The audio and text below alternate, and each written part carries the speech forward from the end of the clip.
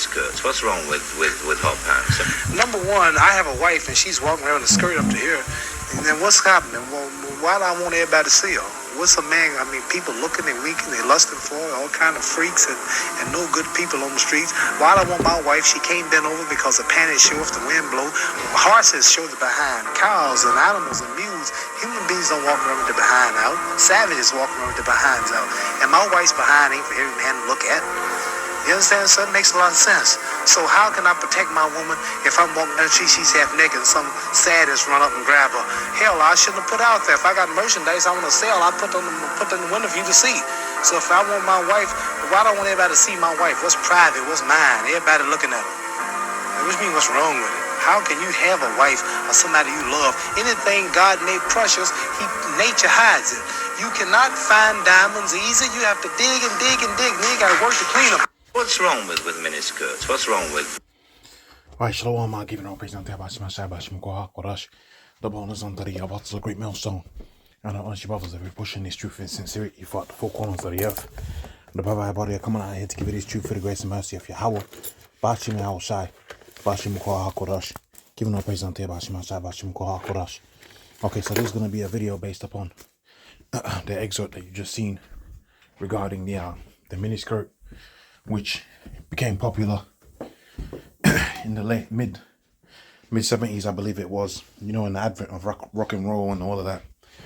And they had the mantra sex, drugs and rock and roll. Okay, so this was part of that movement, and certainly it was a Western movement. Okay, it was a movement that was pushed heavily by the West, right, onto the four corners of the earth. And you know, it's one of the major proponents of the the sexualization of the woman. Okay, this was a major thing. As you can see, this was a topic of a debate. And you know, the man Muhammad Ali, he made some great points. Okay, he made some great points, of which, you know, I'm going to try to speak on them and quote, you know, certain scriptures as I go. But this is going to be more of a informal type of a video where I might quote some scriptures here and there as I go. But yeah, man, this was a major point, major turning point in the hoification of the women that you have out there. Okay, this is the point by which a lot of women changed from having traditional values, which the scripture speaks heavily about the traditional values, namely, okay, the keeper of the house, which that's a great honor and a great glory. And the scriptures talks about how a person that gets a wife like that really is in a blessed position. And when you think about business, and you got all of these different positions within the business, and you got somebody that's a chief operating officer, which that's likened onto a wife, right? You're not the chief executive, but you're managing the operations of the household, which when you go into the word economy, I believe it goes back onto the word house management. So we see these particular terms linked up to the household, but the household is all messed up and broken because the wife is out there freaking off. She's cheating on her husband with some guy at work, okay, or some guy she met on Tinder, or some guy she met on Instagram. Somebody dropped into her DMs on LinkedIn and messed the whole situation up. This is really what we're grappling with. And this all goes back onto particular things that happened that Esau purposely pushed as a movement out there onto the people, right? The miniskirt, feminism, right? Sexual liberation, all of these particular ideas and agendas that really messed up the fabric of society, messed up the fabric of family, which family is important. Does not the scripture say, how might a strong man be bound? And pretty much that's how Esau was able to bind the strong man, because he used the woman. You look at the serpent. The serpent went to the woman first, because that's how he was going to be able to get to the woman, to the man. The man was going to listen to his woman, and this is why we find ourselves in the situation that we see throughout the four corners of the earth, man. The total, right, divulging of societal norms. Now, he mentioned a couple of points there. One of the points that he mentioned was, you know, if it's mine, why would I want everybody to see it? Now, let me hinge on two scriptures here, right, with the points that I'm going to make. We have the scripture that says the women are supposed to be adorned in modest apparel. Modest apparel. What you see there, which is befitting that the Spirit had it to where I stop the video right there. This is not modest apparel. As a matter of fact, this will be a good video for a brother that watches this to go and do the research and make his own video on.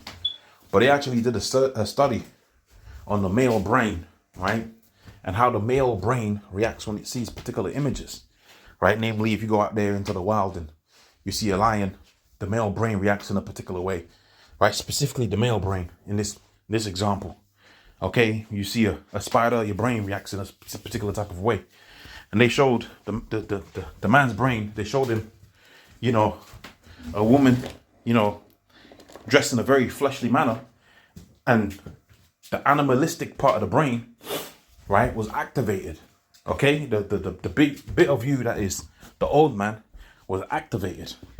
And obviously they showed the more modest image, if I remember the study correctly, and another side of the brain was activated. That goes to say, like the man was saying here, Muhammad Ali, that goes to say how a person dresses, how a woman dresses, really affects how it's going to be received. And that makes sense. And ultimately, we can talk about freedom and all of this, that, and the third, but really, that's the desired effect. Okay? See, they'll put the mini skirt on and scream feminism all they like, but really what they want to be, what they want is the attention. Now, if you're all fat, short, and undesirable, they don't want your attention. But speak to any of these guys out there that have got a whole plethora of women chasing after them, and you begin to understand it's a very different world, right? Depending on who you are, right? It's a very different world. See, they'll complain about the miniskirt and how it's for their freedom and what's comfortable for them, right? If you're undesirable, right? But if you are desirable, then you know what it's there for. It's for you. In other words, it's a very intentional move that the serpent, right, beguiled the woman into believing, which goes back onto the scripture that I mentioned. You're supposed to be adorned in modest apparel. What else is the other scripture that I wanted to mention? It'll come back to me. Okay. I forget the other scripture that I wanted to mention now. But yeah, that's not a good thing. Okay. Activating the lustful part of a man's mind as you walk around there, you know, you're picking up stuff off of the floor and all of that. You know, you come into this truth and you kind of have a better way of managing your brain and managing your system. So you see particular things and you try to do a better job at negating your most base feelings. Okay, you try to do a better job of that, but you see it, man. You literally feel your flesh fighting with you when you see particular things. Okay, you literally feel your flesh fighting with you when you see particular things. So that rings true. Okay, that rings true. Yeah, man, that rings true. So, I mean, I don't know what else to say. You know, I made a lot of points. I quoted a handful of different scriptures, but yeah, man, this was an instrument of the destruction of the fabric of society, man. This was one of those instruments, along with many other instruments. But yeah, man, you ain't supposed to be seeing another man's, you know, so-called prized possession. That's not the scripture say. This is the scripture I wanted to quote. He that getteth a wife getteth a possession. See, they'll feel some type of a way about that, but that's what the scripture says. It's your possession. Obviously, you've got a precious possession, something sweet and delicate. You want to keep it sweet and delicate and undefiled. And the scripture talks about if a woman lieth with another man, that lamb becomes defiled.